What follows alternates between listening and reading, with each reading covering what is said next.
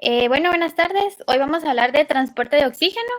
Mi nombre es Melissa Linares y mi presentación está a cargo del doctor Eifi Roca, intensivista pediátrico. Bueno, para empezar, pues para hablar de transporte de oxígeno tenemos que tener en cuenta que va a haber una interacción de tres cosas importantes, ¿verdad? Va a estar el corazón, el pulmón y la hemoglobina. Entonces, nos vamos a centrar principalmente en el transporte cardiovascular y tisular del oxígeno. Vamos a hablar así generalidades sobre el intercambio de gases en los pulmones, ¿verdad? Esto es así a grandes rasgos, ¿verdad?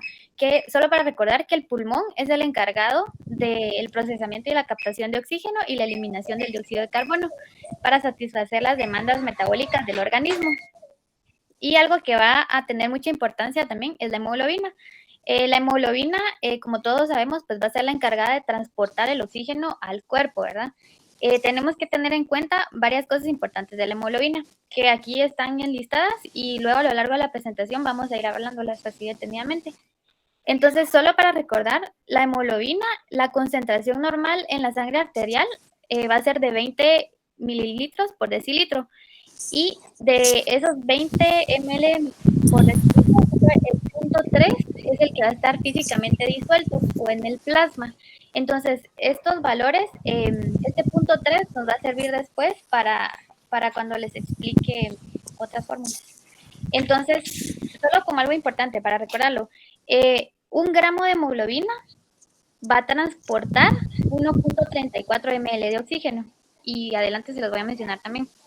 Y otra característica importante es que la hemoglobina va a estar formada por 4 cadenas de polipéptidos y cada una pues va a tener una proteína hemo que se va a unir al oxígeno y esto lo va a transportar. Bueno, relacionado a la hemoglobina, solo voy a mencionar a grandes rasgos la curva de disociación de oxígeno. Esta curva lo que va a hacer pues es una relación entre la presión que va a necesitar la hemoglobina para poderse saturar. Y como sabemos, la hemoglobina se va a saturar por la, por la oxihemoglobina. Entonces, esta curva describe la avidez con la que el oxígeno se va a unir a la hemoglobina. Y la saturación, como les acabo de decir, pues se da por la oxihemoglobina, ¿verdad? Entonces, si nos damos cuenta que hay una curva que tiene una forma simoidea, que va a ser la fusia que se ve, ¿verdad? Y pues esta puede desplazarse a la izquierda o a la derecha. Entonces, depende de dónde se desplace. eh, hay dos conceptos importantes que hay que saber, el efecto Bohr y el efecto Haldane. Entonces, si nuestra curva de disociación se desplaza hacia la derecha, quiere decir que vamos a necesitar una presión más grande para poder saturar esa hemoglobina. Y si nuestra curva se va a desplazar a la izquierda, necesitamos una presión menor para saturar la hemoglobina. Entonces, aquí con esta curva, lo que tenemos que tener en cuenta es que va a haber un concepto importante que se llama P50. Y esto de la P50, pues va a ser, o sea, va a ser la presión necesaria para que la hemoglobina pueda saturarse, ¿verdad? Entonces, aquí hay varios factores que pueden desplazar nuestra curva a la derecha o a la izquierda. Entonces, si nuestra curva si necesitamos más presión para saturar la hemoglobina, hay varios factores que lo pueden predisponer, como un aumento de los hidrogeniones, ¿verdad? Que va a ser una disminución del pH, o un aumento del 2,3-fosfoglicerol, un aumento de la temperatura. Y al contrario, pues estos harían que se necesite menos presión si aumenta el pH o si disminuye el 2,3-difosfolicerol o si disminuye la temperatura. Para. A ver, regresame esa diapositiva. ¿Sí me escuchan? ¿Sí me escuchan? Sí, doctor. Sí, doctor. Ok. Ese diagrama tiene mucha importancia debido a que más que cómo se disocia la hemoglobina, ¿sí? Tiene que ver con los aspectos generales y tisulares del cuerpo. Es decir, o sea, la curva de disociación de hemoglobina jugada hacia la derecha o hacia la izquierda básicamente la importancia que tiene es que básicamente cuando ustedes están en acidosis, eso quiere decir que la hemoglobina, ¿sí? se, se liga menos, ¿sí? al oxígeno, ¿sí? pero se libera más a nivel periférico. Es decir, a nivel pulmonar tiene poca afinidad, pero a nivel periférico se suelta toda, ¿sí? Al revés que cuando se va a la izquierda. Es decir, tiene mucha afinidad en el pulmón, ¿sí? pero a nivel tisular no se libera, ¿sí? Entonces, uno en intensivo se pregunta qué prefiere uno, si más acidosis o más alcalosis, porque al final el aumento y la ganancia de hidrogeniones o la pérdida de hidrogeniones se traduce en acidosis o en alcalosis, ¿sí? Y esa es la razón por qué cuando ustedes tienen un paciente con alcalosis, eso quiere decir pérdida de hidrogeniones, ¿sí? Y barrida de CO2, ustedes elevan el lactato, ¿sí? Entonces, ahí es porque el oxígeno está tan fijado a la hemoglobina a nivel pulmonar que cuando llega al tejido no lo suelta, ¿sí? Por eso es que todos los aspectos importantes del pH, del dióxido de carbono y de la temperatura son vitales para esto. Entonces, si a mí me preguntan qué prefiero de las dos, ¿sí? Prefiero más un poco de acidosis, ¿sí? que alcalosis, porque la acidosis, aunque sé que prácticamente el oxígeno ligado al plasma es casi nulo, ¿sí?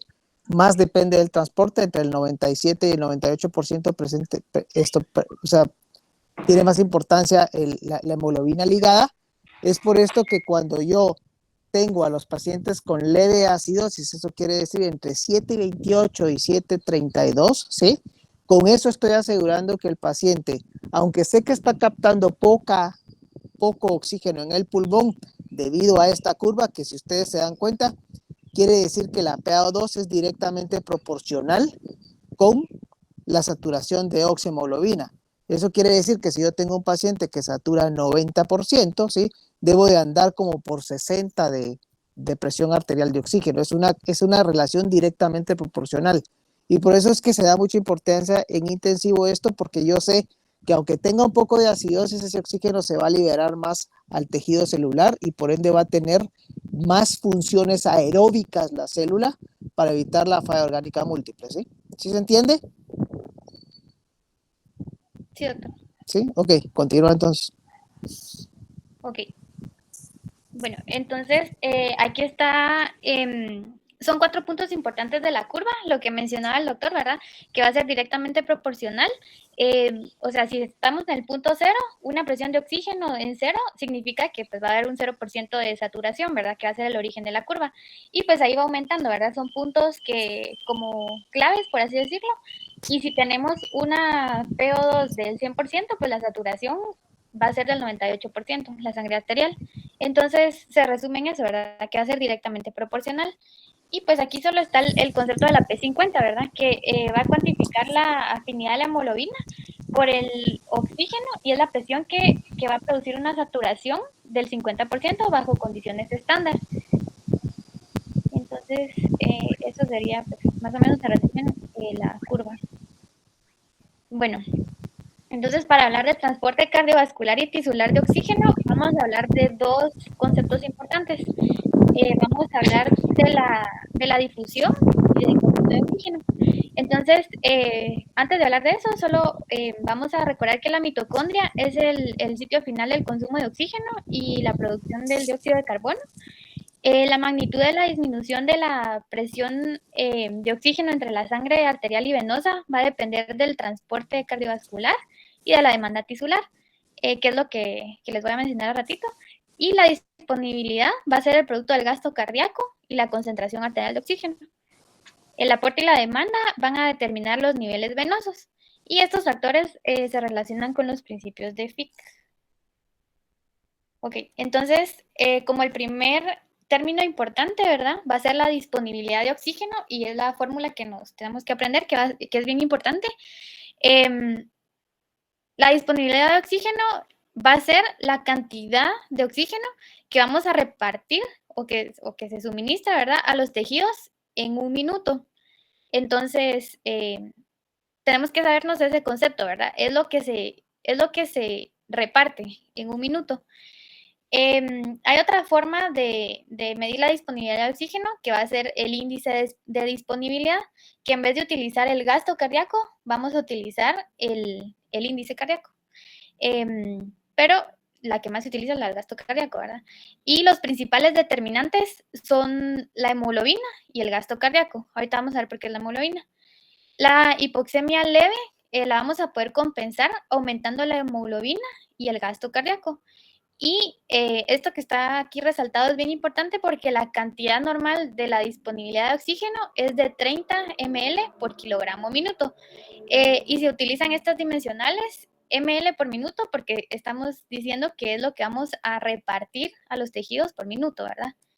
Entonces, solo para que nos recordemos de ese valor.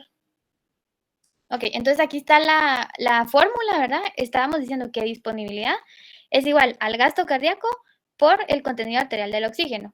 Entonces, desglosándolo, la disponibilidad, pues son los ml de oxígeno que llegan a los tejidos cada minuto, haciendo énfasis en eso, ¿verdad?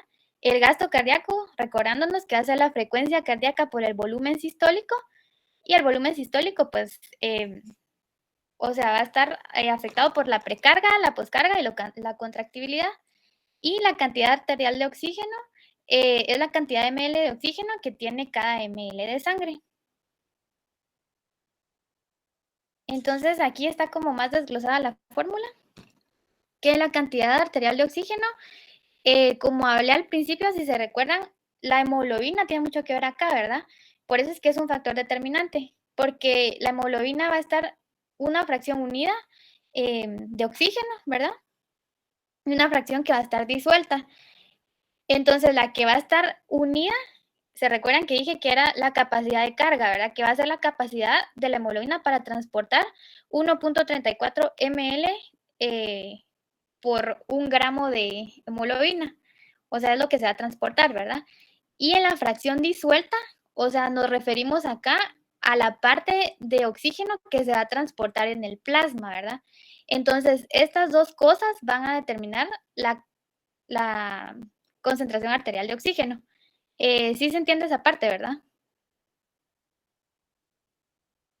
Sí, eso es importante. Recuérdense que lo principal, oxígeno ligado a la hemoglobina. Ese representa el 97 al 98%. Entonces uno dice, ay, entonces el plasma ¿para qué sirve? El oxígeno que está disuelto en el plasma, ¿ya? El oxígeno está disuelto, el oxígeno puede ser, o sea, puede ser modificada esa cantidad arterial de oxígeno aumentando la fracción inspirada de oxígeno, ¿sí? Porque si ustedes cuando les enseñe Melissa la fórmula, ustedes se van a dar cuenta que van a ver dos formas. La cantidad arterial, que es la hemoglobina por 1.34 por la saturación de hemoglobina más la PaO2 por 0.0031.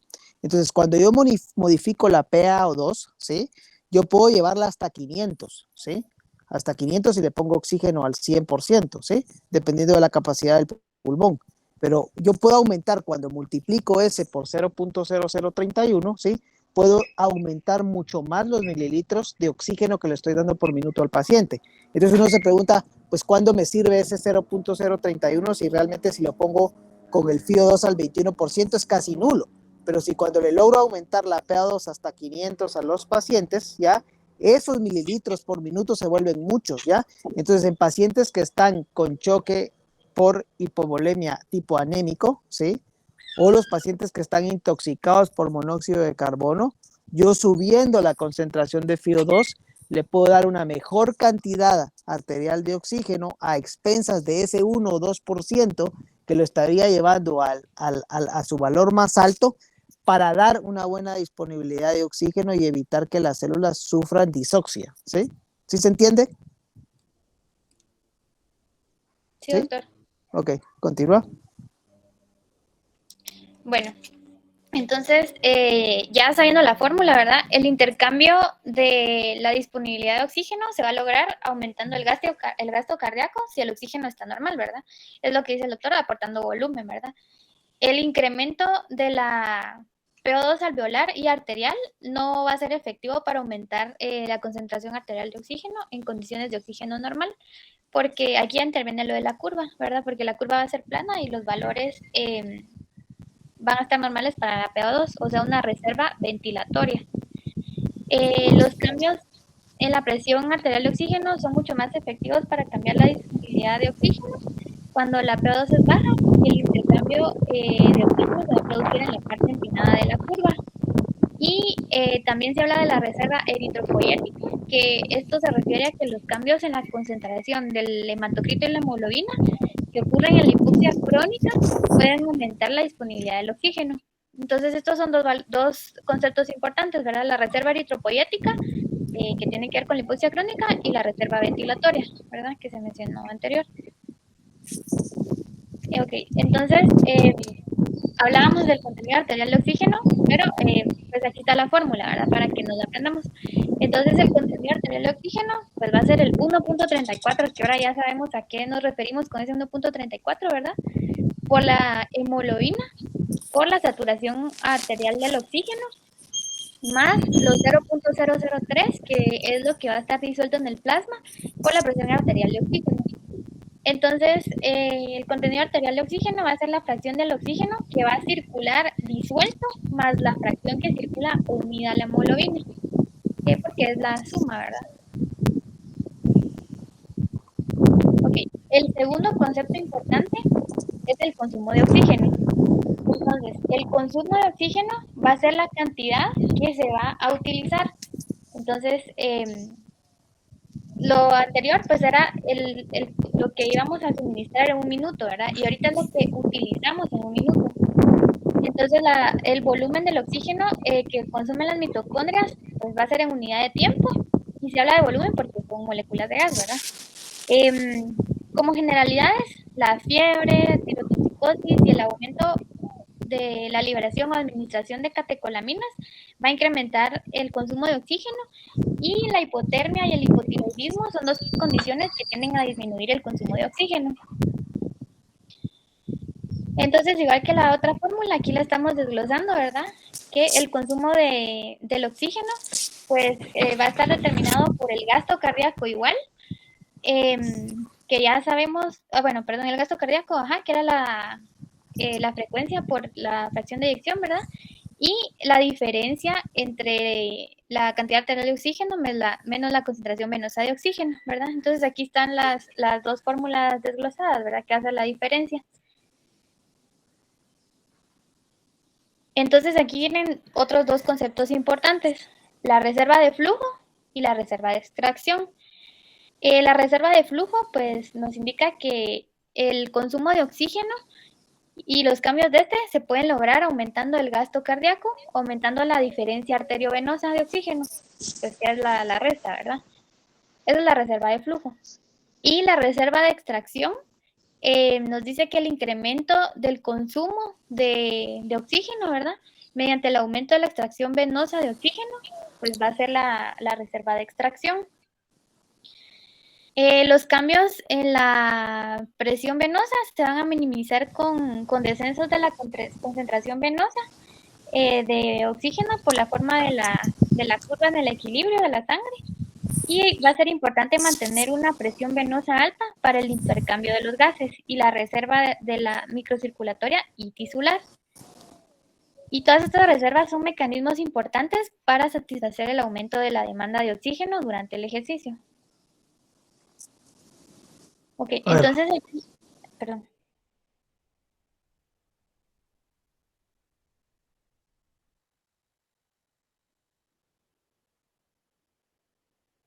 ¿Sigo, doctor? Para un poquito, ¿sí? Para un poquito, Okay. ¿sí? ¿Sí me escuchan?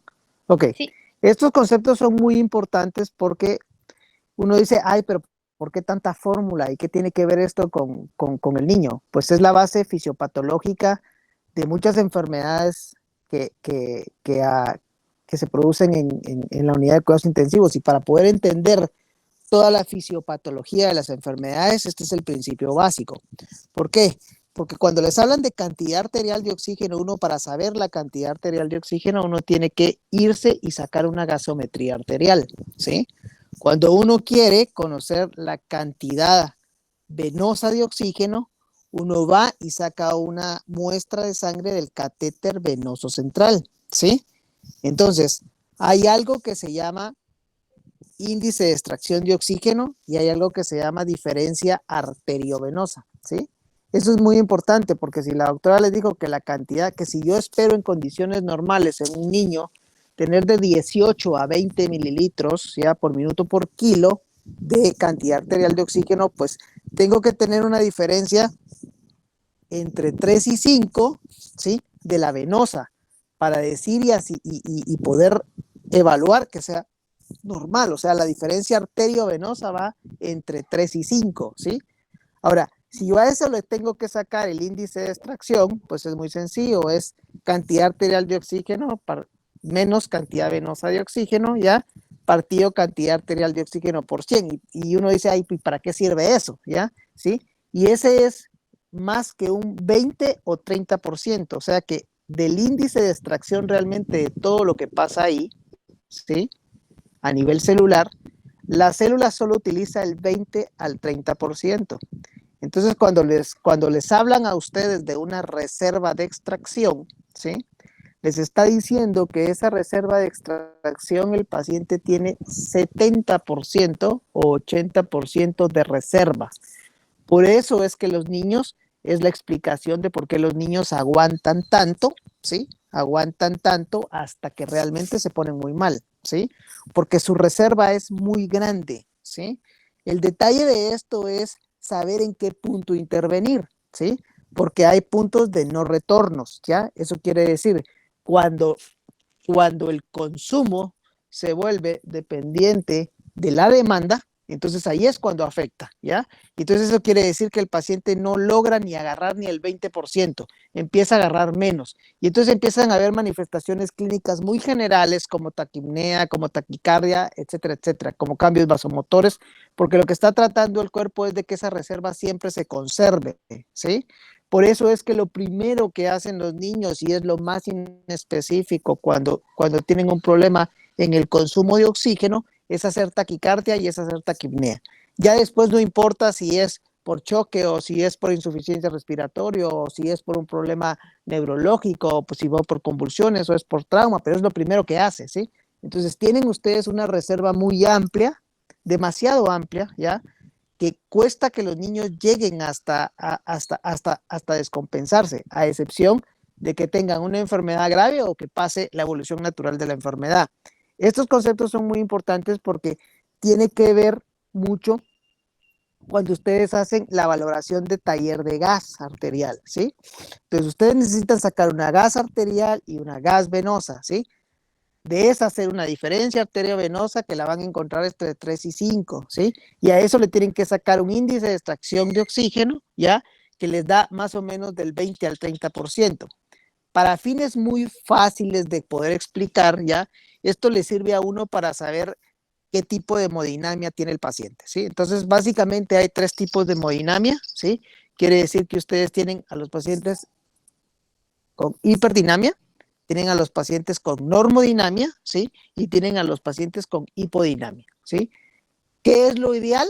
¿Sí? Tener a un paciente casi siempre en normodinamia. A veces llegan los pacientes hiperdinámicos por la situación, pero más que ver y hacer un taller de gases para saber en qué estado está, lo que les sirve a ustedes es más ver la tendencia del paciente. Eso quiere decir que si el paciente llega muy hiperddinámico, ¿sí? Llega muy hiperddinámico y yo con las medidas que hago de bajarle la fiebre, de pasarle volumen, de ponerle un poco de inotrópico o ponerle un poco de vasopresor según las condiciones, lo compenso y al siguiente taller de gases yo lo tengo ya en normodinamia, quiere decir que las intervenciones que hice fueron adecuadas para ese niño, ¿sí? Entonces, más que ver en qué momento está o en qué estado está, a uno le sirve ver la tendencia. Importante que ustedes no pueden asumir la disponibilidad de oxígeno completo porque necesitan tener un gasto cardíaco. A veces el gasto cardíaco se puede asumir por todos los datos clínicos del paciente que tiene el niño. Eso quiere decir frecuencia cardíaca, presión arterial, diferencial de pulso, excreta urinaria, lactato, llenado capilar, estado neurológico, ¿sí? Todo eso se puede inferir cómo está el gasto cardíaco, ¿ya? Obviamente se puede medir con un eco, que ahora ya lo tenemos en el intensivo, o con el Edwards, que en niños grandes nos funciona bastante bien y nos da minuto a minuto y latido a latido el gasto cardíaco. Entonces, esto sirve porque lo que nosotros estamos haciendo al final es tratando de llevar a ese paciente que está muy por debajo, ¿ya? de su extracción de oxígeno a niveles adecuados, donde él solo capte el 20 al 30%, ¿sí?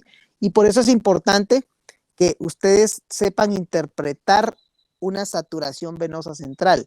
Cuando yo tengo un catéter venoso central puesto en la yugular, puesto en la subclavia o puesto en la femoral, ¿sí? Y llega hasta la aurícula derecha, ya, que en realidad debería ser la arteria pulmonar para que fuera mixto, pero le da una idea a uno cuando uno lo tiene central, que la meta de la reserva venosa o de la saturación venosa, para que ustedes estén claros, tiene que ser 70-80. Si ustedes le restan ese 70-80 a 100%, ¿sí? Les da 30%, ¿sí? Les da 20%. Entonces eso es lo que está extrayendo el tejido de la oferta que yo le estoy dando. Entonces asumo con una saturación venosa que si tengo 70-75 de saturación venosa, esa extracción está siendo adecuada por parte de la célula para producir aerobiosis y que se vaya al ciclo de Krebs, ¿sí? No a la anaerobiosis y pueda producir mucho más ATPs. ¿Sí se entiende?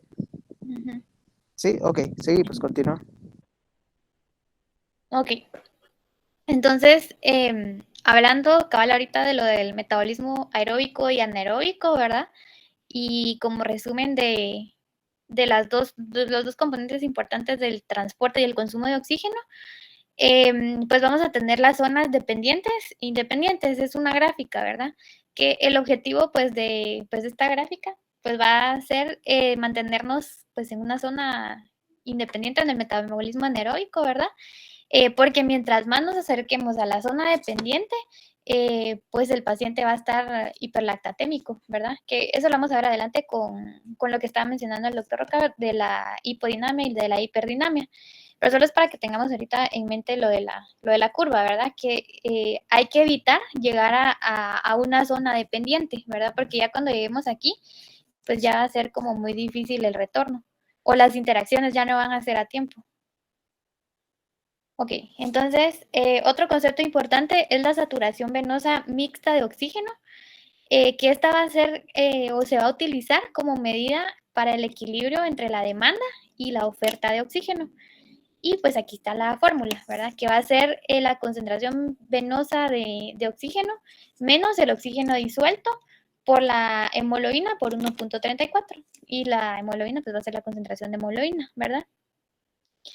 O la otra forma de calcularla, pues está aquí abajo, ¿verdad? Pero la más utilizada es la de o sea, la diferencia, ¿verdad? Entre el oxígeno disuelto y multiplicarlo por la hemoglobina, ¿verdad? Entonces, aquí se menciona que lo que estaba diciendo el doctor, ¿verdad? Por eso está resaltado, que la saturación normal de hemoglobina en la arteria pulmonar es del 78% y el rango va a ser de un 73 a un 85%. Lo ideal o en condiciones ideales, ¿verdad? En los países de primer mundo, pues sí se va a tener conectado un catéter pues a la arteria pulmonar, ¿verdad? Que sería pues lo ideal para sacar nuestros gases. Pero si no, pues nosotros vamos a sacar nuestros gases venosos del catéter que tengamos, ¿verdad? Para saber la saturación de la saturación venosa. Entonces, vamos a tener una saturación baja. Esto significa que la disponibilidad de oxígeno va a disminuir significativamente y que el cuerpo va a estar extrayendo más oxígeno de la sangre para satisfacer sus necesidades. Y pues esto va a ocurrir en los shocks hipovolémicos, en el shock cardiogénico o en la sepsis, ¿verdad? Porque en la sepsis va a estar presente una mala distribución del flujo sanguíneo periférico y en los errores innatos del metabolismo, porque va a haber un uso anormal del oxígeno.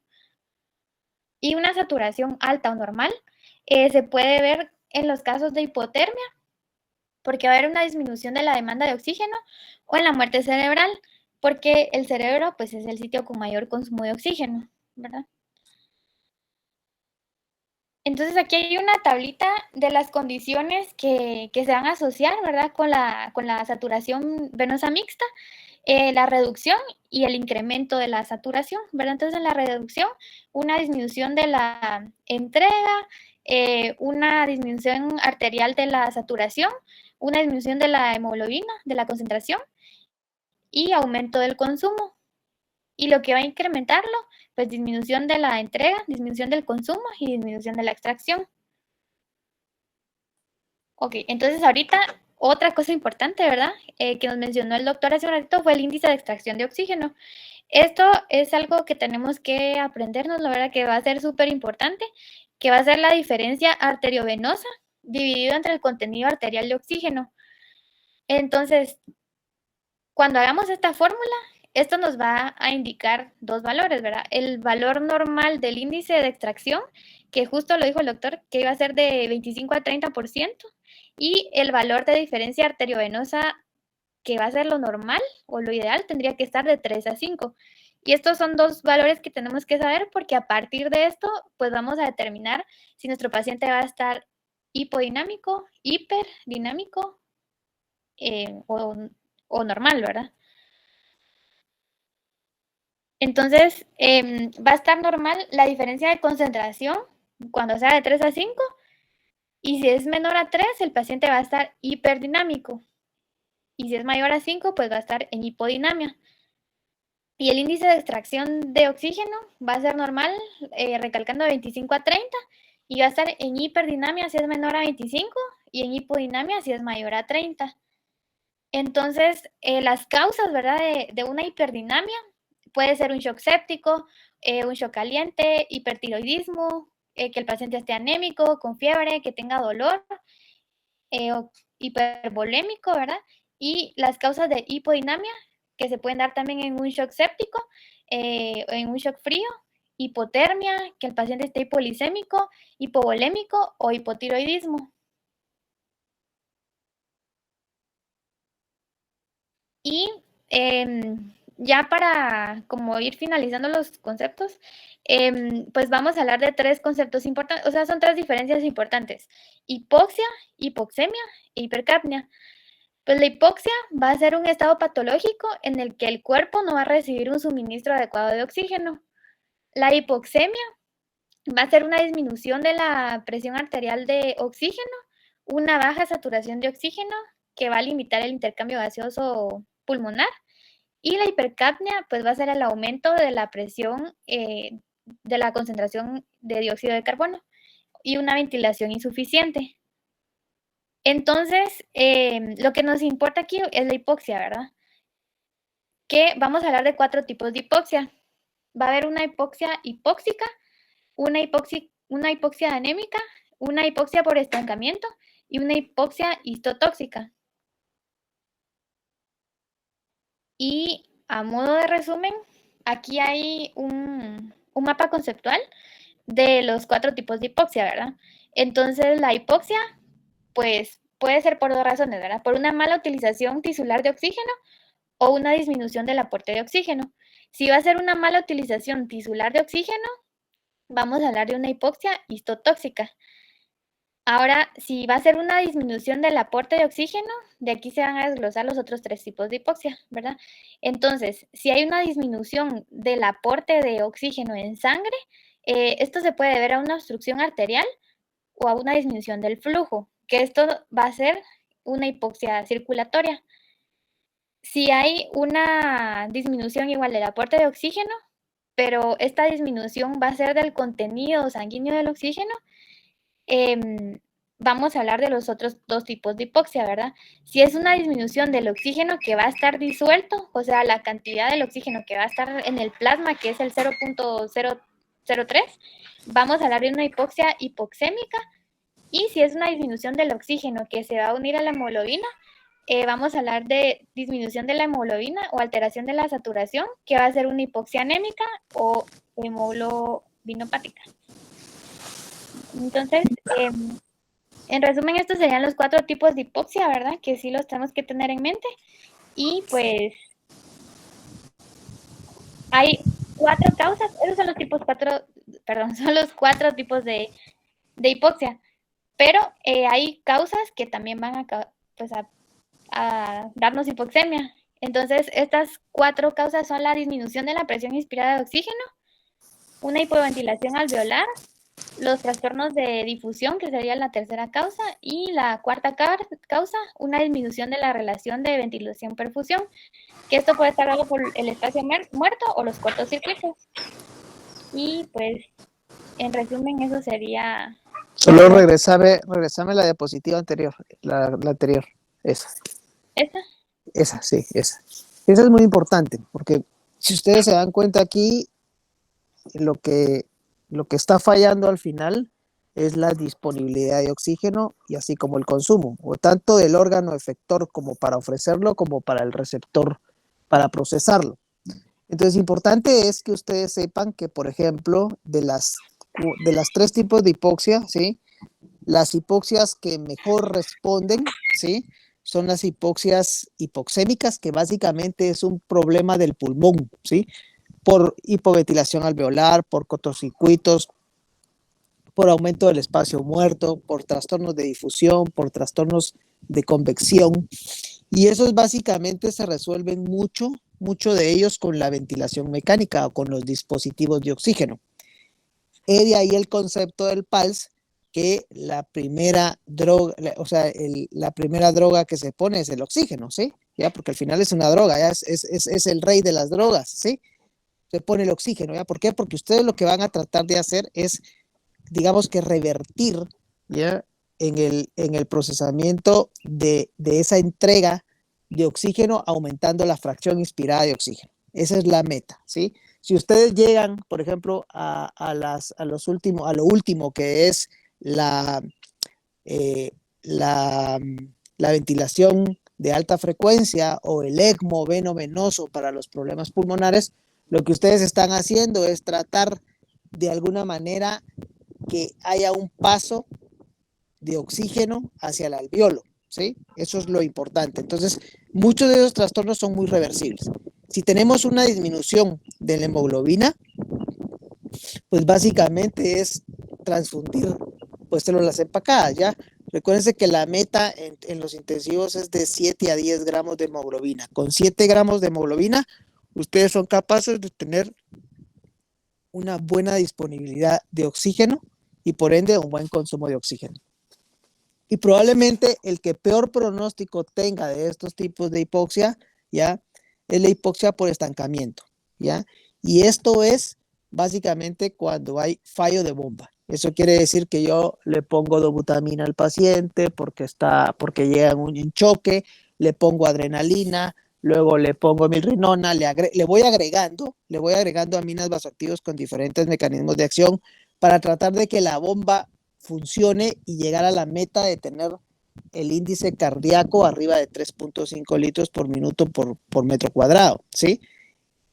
Le paso volumen, le paso plasma, etcétera, etcétera. Trato de tenerle una volemia adecuada, trato de compensarle la frecuencia cardíaca, trato de compensarle el volumen latido, la precarga, la poscarga y la carga, dependiendo de las necesidades del paciente. Pero ese tipo de hipoxia por estancamiento tiene la mayor mortalidad, ¿sí? Entonces los otros dos son muy manejables, aunque son muy poco, o sea, son muy poco modificables, sobre todo la hipoxia hipoxémica, ¿sí? Para aumentar la disponibilidad de oxígeno.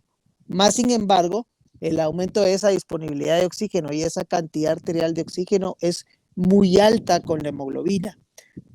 Es tan alta que por eso es que uno dice, no hace diferencia 7 gramos, no hace diferencia 10 gramos, ¿ya? Entonces ahí lo mantengo entre 7 y 10, ¿ya?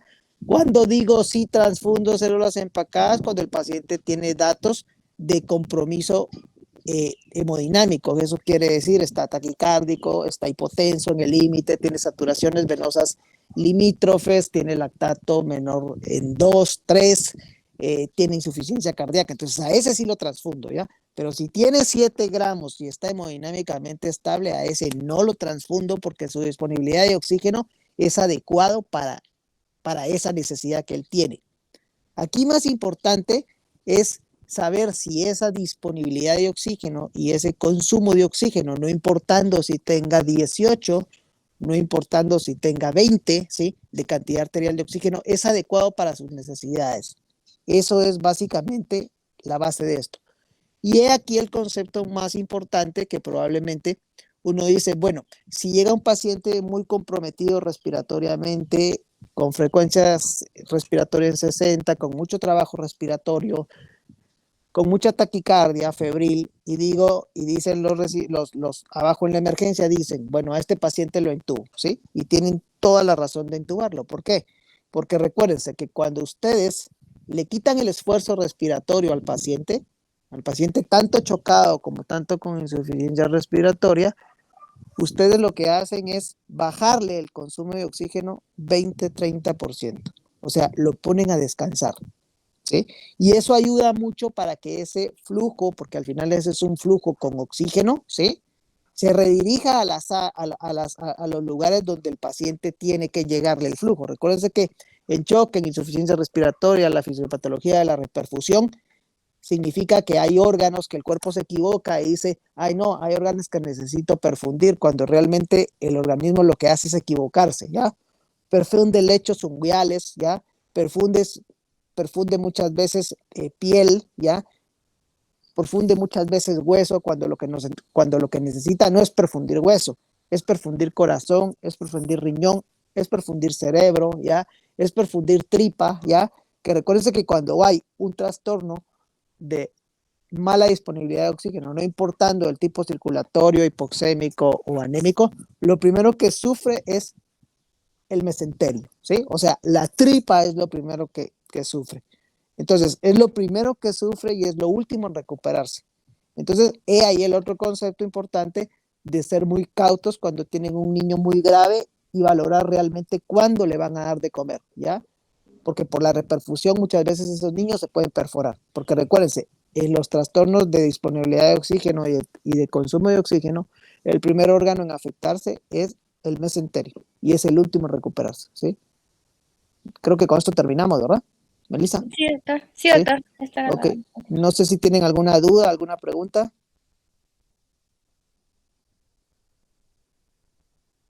Doctor.